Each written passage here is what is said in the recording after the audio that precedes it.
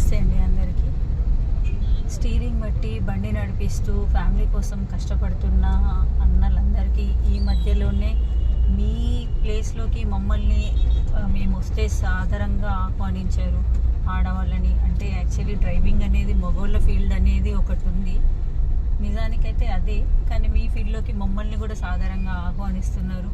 నేను ఈ 11 సంవత్సరాల నుంచి చూస్తున్నా, చాలామంది సపోర్ట్ చేస్తారు, హెల్ప్ చేస్తారు. వాళ్ళందరికీ చాలా థ్యాంక్స్. ముఖ్యంగా మీకు ఈరోజు నేను ఒక చిన్న రిక్వెస్ట్ చేస్తున్నాను అందరికీ. హెల్త్ జాగ్రత్త అని నిన్న చెప్పాను.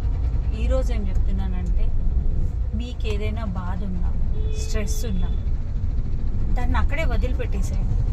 మీకు ఇంట్లో ఏదైనా బాధ వస్తే ఇంట్లో నుంచి బయటకు వచ్చే ముందు, గుమ్మం దాటి వచ్చే ముందు దాన్ని అక్కడే వదిలేసేయండి. ఇంటికి వెళ్ళేటప్పుడు ఇక్కడ రోడ్డు మీద అనుభవించిన బాధ ఏదైనా ఉంటే దాన్ని రోడ్డు మీదే వదిలేసి ఇంటికి వెళ్ళండి.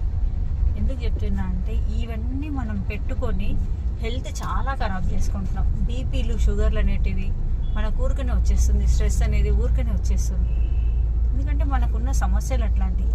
కానీ సమస్యల గురించి ఆలోచిస్తే మనం ఎంత అన్నా, అసలు మనకున్న పట్టుదల ముందు, మనకున్న ఆత్మస్థైర్యం ముందు మన సమస్యలు చిన్నవి, చాలా చిన్నవి, నథింగ్ అవి.